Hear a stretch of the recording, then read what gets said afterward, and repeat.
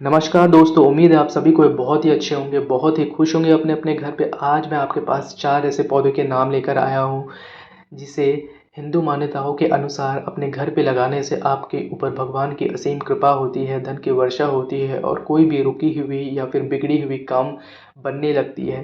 तो आइए दोस्तों, एक-एक करके मैं आपको उन सारे पौधों से परिचित कराता हूँ। सबसे पहला पौधे का नाम है शनि का पौधा। दोस्तों, इसे हम शनि भगवान शनि देव के रूप में पूजते हैं और इसकी हिंदू मान्यताओं में बहुत ज़्यादा मान्यता है। तो आइए, इसकी एक कहानी है जिसे मैं आपके सामने लेकर आता हूँ। दोस्तों, जब एक बार हनुमान जी अपने आराध्य भगवान श्री राम के ध्यान में बहुत ज़्यादा लीन थे, तब भगवान शनि महाराज उनके पास आते हैं और कहते हैं कि आपके ऊपर साढ़े साती की दशा पड़ी है और जो भी इस धरती में जन्म लेता है उस पे अवश्य साढ़े साती की दशा पड़ती है। तो इस प्रकार आपके ऊपर भी पड़ा है। भगवान हनुमान कहते हैं कि जो भी भगवान श्री राम का भक्त होता है उसे किसी प्रकार की दिक्कत नहीं होती है और उसे काल भी कुछ नहीं कर सकता है। तो शनि महाराज उनके सिर पे जाकर बैठ जाते हैं और जिससे हनुमान जी को काफ़ी सिर में खुजली होने लगती है। इस खुजली से छुटकारा पाने के लिए वो एक बड़ा सा पत्थर अपने सिर के ऊपर रख लेते हैं और इससे शनि महाराज को थोड़ी तकलीफ़ होने लगती है। और एक के बाद एक कई सारे पत्थर भगवान हनुमान अपने सिर के ऊपर रख लेते हैं और शनि महाराज से ये बर्दाश्त नहीं होता है और शनि महाराज कहते हैं कि हे हनुमान, ये तो मेरा काम है, मैं इसमें कुछ नहीं कर सकता हूँ। पर हनुमान जी कहते हैं कि मैं भी कुछ नहीं कर सकता हूँ, मैं तो अपनी आदत से विवश हूँ, मैं क्या करूँ इसमें शनिदेव।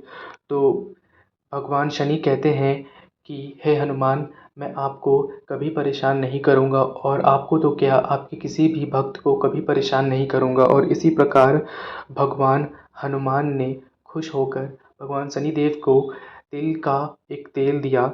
जिस और का ऐसा माना जाता है उस समय से कि जब भी आप अगर इस पेड़ शनि महाराज के पेड़ के नीचे तिल का तेल लगाते हैं, तिल का तेल एक दिए में लगाकर उसे जलाते हैं हर शनिवार को, तो इससे आपके ऊपर भगवान शनि की कृपा बनी रहती है और मुश्किलें आपसे दूर रहती हैं। तो दोस्तों, ये था एक कहानी शनि महाराज के बारे में और जिस कारण हम इन्हें पूजते हैं और तिल का दिया शाम को लगाते हैं। पर एक चीज़ का ज़रूर ख़्याल रखें कि आप इसे शनि महाराज के पौधे को संडे को यानी कि रविवार को पूजा ना करें। उसके अलावा आते हैं हम अपने दूसरे पौधे पे, बरगद का पौधा। ये आप देख सकते हैं, ये है बरगद का पौधा जो कि काफ़ी बड़ा हो चुका है और उसके ठीक बगल में पीपल का भी पौधा है दोस्तों। तो इन दोनों का पूजा का जो नियम है एक जैसा ही है। दोस्तों, पीपल और बरगद के पौधे को आपने सुना होगा, बहुत जगह लोग कहते हैं कि इसे आप अपने घर में ना लगाएं, पर इसका स्पष्ट कारण कोई नहीं दे पाता है। पर मैं आपको इसका स्पष्ट कारण देता हूँ। पहले के टाइम में आप अपने घर के बाहर बहुत बड़ी ज़मीन रहती थी हमारे पास और उसके बाहर हम जब बरगद का पेड़ या छोटा सा पीपल का पौधा लगाते थे, वो बाद में धीरे धीरे बड़ा होकर घर की दीवारों पे असर करने लगता था और दीवारों को कमज़ोर करने लगता था अपनी जड़ों को फैलाकर।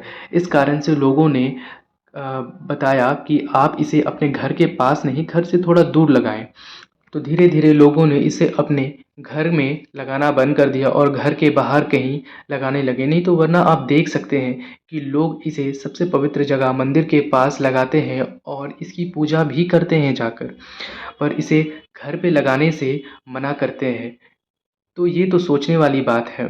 दोस्तों, आप इसका एक उपाय कर सकते हैं कि अगर आप इसे अपने घर के ऊपर छत पे लगाते हैं तो आप इसे एक छोटे से गमले में लगाएं और साल 2 साल 3 साल में एक बार इनकी जड़ों को काट दिया करें और इसे एक छोटे साइज़ का पौधा बना के रखें। जिससे ये होगा कि ये अपनी जड़ें को ज़्यादा नहीं फैला पाएँगे और आपके घर की दीवारों को भी कमज़ोर नहीं करेंगी और आप इसे खुशी-खुशी अपने घर में लगा सकते हैं और इसकी पूजा भी कर सकते हैं।